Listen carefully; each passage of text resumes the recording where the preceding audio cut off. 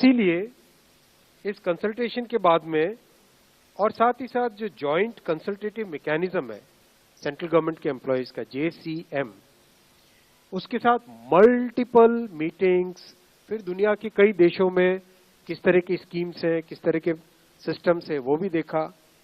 फिर भारत की जो अर्थव्यवस्था है और केंद्र सरकार का बजट है उसको समझने के लिए रिजर्व बैंक ऑफ इंडिया के साथ, वर्ल्ड बैंक के साथ, सबके साथ कंसल्टेशंस हुए और इस कंसल्टेशन के बाद में एक यूनिफाइड पेंशन स्कीम का रिकमेंडेशन इस कमेटी ने किया और आज प्रधानमंत्री श्री नरेंद्र मोदी जी की अध्यक्षता में यूनियन कैबिनेट ने यूनिफाइड पेंशन स्कीम को अप्रूव किया है, इसको अनुमोदित किया है और ये स्कीम अभी आने वाले समय में लागू होगी। इस स्कीम के 5 पिलर्स हैं।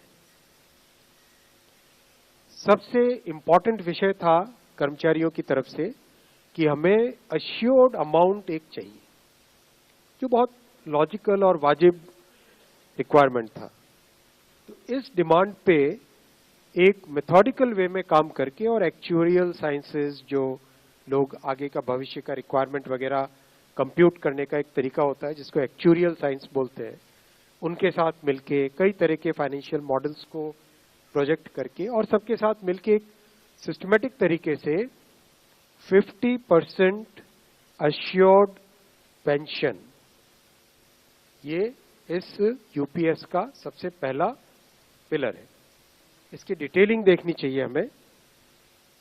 जो ये अमाउंट मिलेगा वो रिटायरमेंट से पहले के 12 महीनों की एवरेज बेसिक पे का 50% होगा। मैं रिपीट कर रहा हूं, अश्योर्ड पेंशन का जो अमाउंट है that will be the average of basic पे ऑफ 12 मंथ्स बिफोर सुपर एनुएशन, उसका 50% होगा। और इस फुल पेंशन के लिए जो क्वालिफाइंग सर्विस रहेगी वो रहेगी 25 इयर्स, यानी 25 वर्ष तक अगर किसी ने काम किया है, सेवा की है, तो उसको फुल पेंशन यानी जो ये अश्योर्ड पेंशन का अमाउंट है वो मिलेगा। 25 साल से अगर कम है लेकिन 10 साल से ज्यादा है तो उसमें प्रोपोर्शनेट पेंशन रहेगी, प्रो रेटा वो पेंशन का अमाउंट बनेगा। जो कभी किसी कर्मचारी की डेथ हो जाए तो फैमिली पेंशन एक बहुत बड़ा, स्पाउस के लिए ये बहुत बड़ी एम्प्लॉयज की एक रिक्वायरमेंट थी, डिमांड थी। तो सेकंड पिलर इस यूपीएस का है अश्योर्ड फैमिली पेंशन। किसी भी कर्मचारी के डिमाइज से पहले, इमीडिएटली पहले जो पेंशन थी, अमाउंट था, उसका 60% मिलेगा एम्प्लॉय के, डिसीज्ड एम्प्लॉय के स्पाउस को। ये सेकंड पिलर है। थर्ड पिलर है अश्योर्ड मिनिमम पेंशन।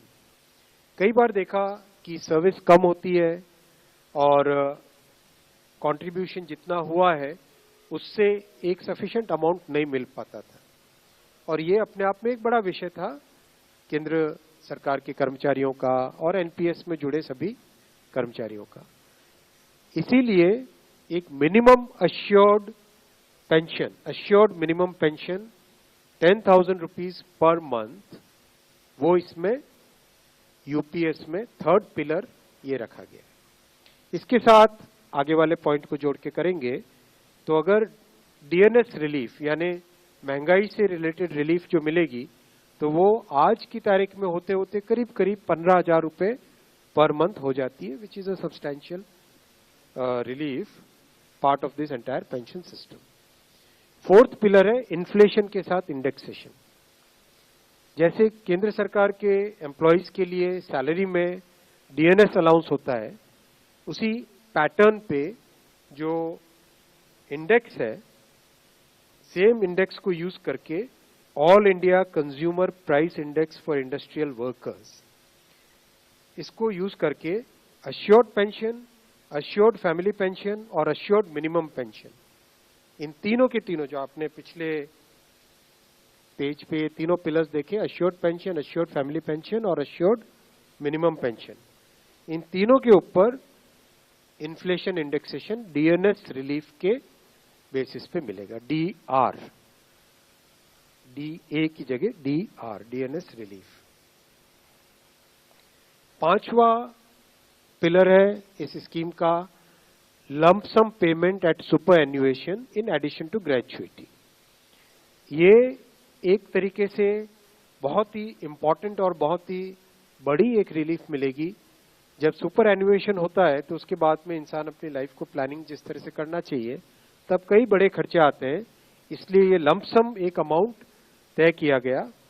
यह है कि हर 6 महीने की सर्विस के लिए मंथली एमोल्यूमेंट्स विच मीन्स पे एंड डीए कंबाइंड, उसका 10% अमाउंट।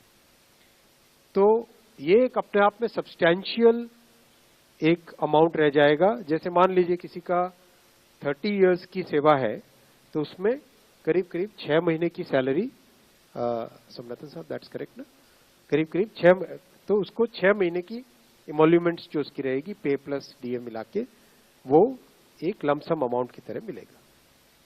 ये 5 पिलर्स को लेके आज यूनिफाइड पेंशन स्कीम अप्रूव हुई है।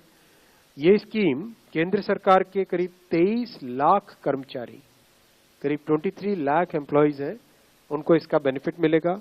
ऑप्शन रहेगा, कोई अगर एनपीएस में रहना चाहे तो एनपीएस में रह सकता है, यूपीएस में ऑप्ट करना चाहे which is naturally a very attractive scheme तो उसमें ऑप्ट कर सकता है। प्लस राज्य सरकारें अगर इसी फ्रेमवर्क को, इसी आर्किटेक्चर को यूज करना चाहे तो राज्य सरकारें भी इस आर्किटेक्चर को यूज कर सकती है। अगर राज्य सरकार के कर्मचारी भी इसमें शामिल होते हैं तो करीब 90 लाख के आसपास टोटल कर्मचारी इसका बेनिफिट मिलेगा। सबसे इंपॉर्टेंट जो आज के इस फैसले का बहुत ही महत्वपूर्ण पार्ट है वो है कि कर्मचारियों पर इस स्कीम का भार नहीं पड़ेगा।